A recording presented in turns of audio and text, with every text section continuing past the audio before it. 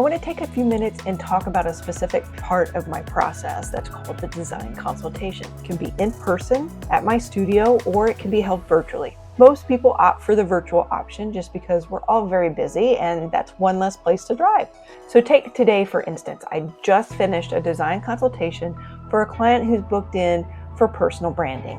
And I could not be more excited about her session. It's going to be so much fun. She is in a moment where she's rebranding and is in a state of transformation. And the words that she comes up with to describe how she wants to feel in her imagery and what her brand is going to represent, how it's shifting from one place to another I'm just really excited about it, and I cannot wait to get her in the studio and create that imagery that I know she's going to love. But the design consultation, to get back to that, got a little derailed. The design consultation, we take about 45 minutes and we talk through all the things. We talk about who you are. We talk about what your goals are for the session. We talk about the imagery. What is it you're trying to create? The client today, it's personal branding. So we're rebranding her. We're creating images that speak to the new version of who she is and also to her ideal clients, right? We need to dive deep. Who are those ideal clients? What are they looking for? What are their pain points?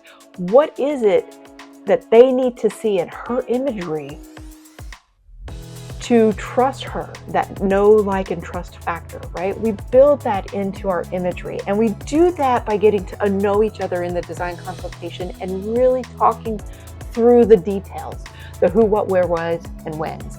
For instance, I asked her about, what are 3 adjectives that describe you in your role as CEO? Now, what are 3 adjectives that describe your ideal client, right? These are all things that you as a business owner, if you're coming from a business perspective, typically know. Someone who isn't a business owner but still has an online presence still needs their own personal brand, right? And we go through that same exercise. How would your best friend describe you in 3 adjectives? How would your spouse describe you? How would your sibling, right? How would your coworker describe you?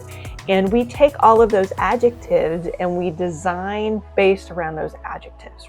And then we also look at color theory. Color theory is so important, and a lot of people overlook this, right? It's not just, I look amazing in this color and that's the color I want to wear, right? That is a certain aspect of it. But there's also a feeling, an emotion that comes through a certain color. Today's client, for instance, red. Red is all about love, creativity, action, energy, enthusiasm, strength, passion, adventure, and love. How are we going to incorporate all of that into her session, right? It's through posing, it's through wardrobe, it's through color combinations. Also, blues and greens are very important to her.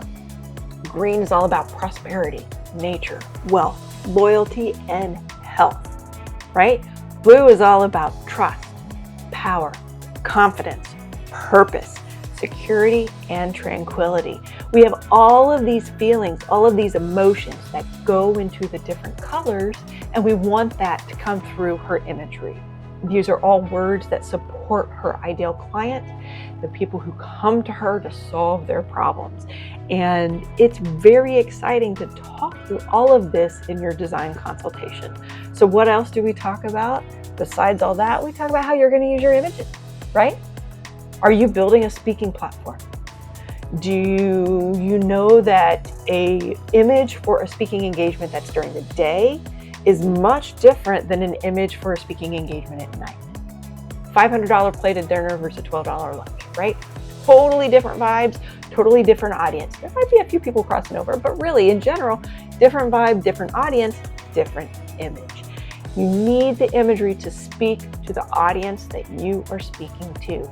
Same with your online presence. Different social media platforms have different audiences. You would use different imagery for each platform. And we just really want to go back to, what does success look like for you, for your client? Always keeping that in mind. So we talk through all of that. It's such great stuff. And then I tell you all about preparing for your session. And I've said this before, your number one preparation tool: hydrate, And then we talk about what to wear. So my biggest pro tip for you, you take on what you wear.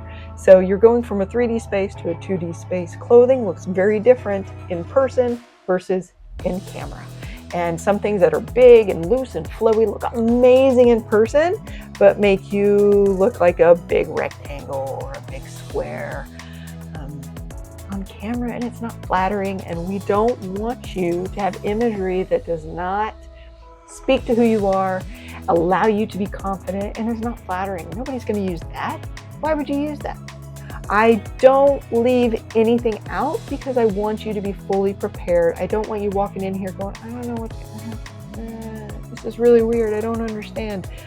And because I've worked with photographers where they've done a little bit of prep, but not much. And then you show up and you're like, really? This is what's happening? I wasn't expecting this. This is not. The lines of communication were not clear, and we want to make sure that everything is as clear as possible. And I want to set you up for success so that you love your imageries, you are confident in your person, you are comfortable. This is a safe space. I am creating a safe space for you to be yourself, to have that authentic self shine through your imagery and create imagery that you love, want to use, want to cherish, and would put on your wall.